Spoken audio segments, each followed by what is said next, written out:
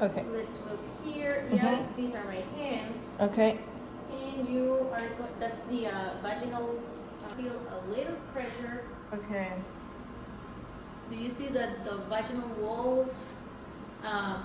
We are able to see them, you know, through this speculum. And now, Okay. I'm just gonna try to open this and kind of expose your cervix. Okay. Okay. So we're almost there. Okay. Basically, we are there. Okay, so that's your cervix. Okay. Okay. So what we see over there at the top, it's actually, you know, some bleeding, probably from your period.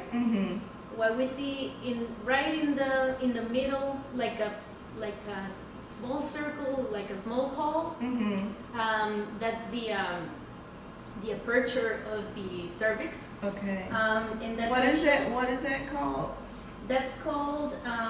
Or what is it actually? I guess. Well, I don't know how to say it. Is that where the semen enters? That little hole? No. Oh. It's actually what's dilated when babies are born. Okay. Okay. When I see. Understand. That's Yeah. where the baby comes. Exactly, because that's the most external part of the uterus. Okay. Okay. Yes, So I got it. that's basically when we have menstruation. That's where the discharge come from. Okay. And obviously, yeah, when we are trying to conceive, then the sperm goes through that hole and enters the uterus. Okay. Okay. Okay. So that's basically where we take the test. Okay. And so what you're gonna see is just this little brush, Mhm. and we actually put it like right in the middle so it can have some cells from the inside of that canal Okay. and from the outside as well. Okay. So I just give it a like a twirl. Okay.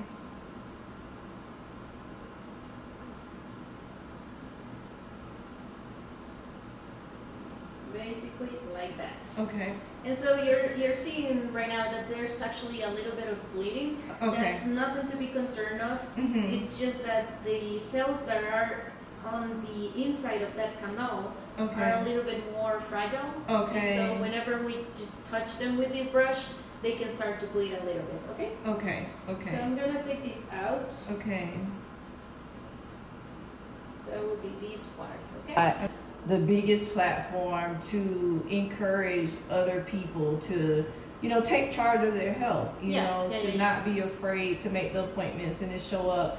And also when I show things as far as like professionals, with you teaching me and explaining things, because that takes away a lot of the fear that people have about going to the doctor. I've always had positive experiences, even down to my dentist, where it makes a difference who you choose. And I'm a believer of God, so I do believe that God helps me to discern, choose who my professional is. But definitely, this, like you said, you all take time to curate the space and to really make your patients feel safe and comfortable. Yeah. And I like to show that as well, that it doesn't have to be this sterile, cold, experience and just kind of scare the crap out of you. Yeah.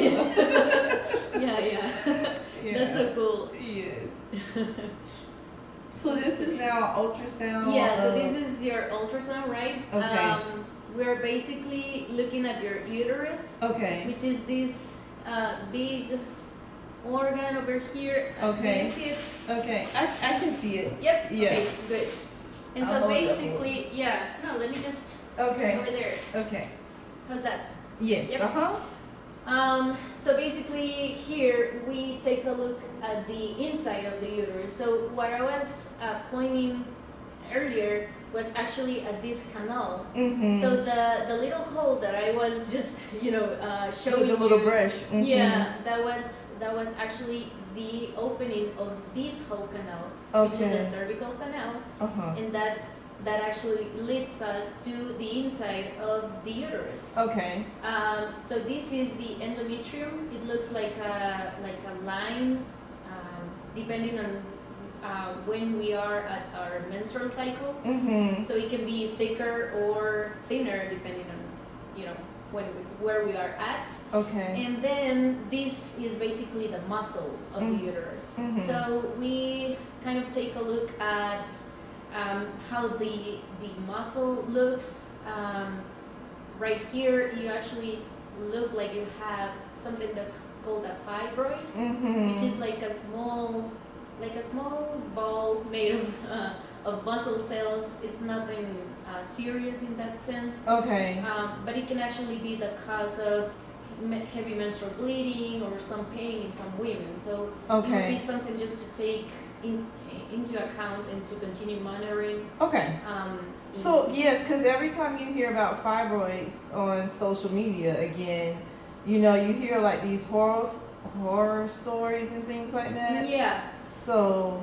Yeah, it's basically because as everything, we all are very different one from another. So basically, the fibroids can be very different in terms of location, size, and so what can actually be something really asymptomatic for some women could actually be the cause of, you know, like painful for other people. Exactly. So, what causes fibroids? You know, it's something really related with some say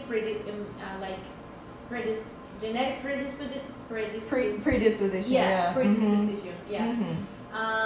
But it's also related with our hormones. So that's why a lot of people can actually have fibroids and just, you know, like continue to observe without having to have any treatment at all. And when they get to a point where they enter menopause, those usually tend to reduce in size. Okay.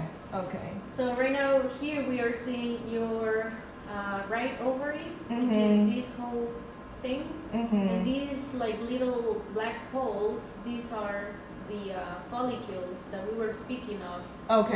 When we are actually looking for this egg, how many eggs do you have left? You know? So every month, because of the hormones, those little holes start to develop, and one of them is the one that, you know, grows bigger, and it's the one that ends up being ovulated. So you could actually consider that little holes like the I don't know, like the egg houses. Yes. So yeah, if it would be like to see exactly how many eggs do you have left, the best time to see that would be in the first day of your menstrual period. I got it. Because it changes throughout the month. Or throughout the cycle. Right.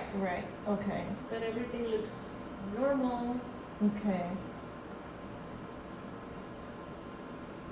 And I'm just gonna finish up by doing this, which is like I know that some women mention about having a tilted uterus, or like if their uterus is smaller, that could cause, you know, complications with the baby and all of that. Like based on what you're seeing here, you know, any of those, I don't even know if that's called an abnormality or that's just variation or.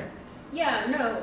Well, it's actually our uterus can look or be oriented in a different like angle. And that would be normal. Like for example, for people that has the uterus facing not forward, but what is the opposite of forward? Backwards, like tilted backwards. Yeah. And so that's something like pretty common. Like for example, we have different characteristics in that sense, but it doesn't mean like the uterus is gonna function differently. Okay. And so anatomically speaking, everything looks normal. Okay. Yeah. Okay. Nice. I don't know if that answers your question. Yeah, no, that answers the question. Again, it's just, you know, you just hear information just floating Yeah, about women's health, so I thought I would ask. Okay, perfect. But everything looks great. Okay. Now we're done. Thank you.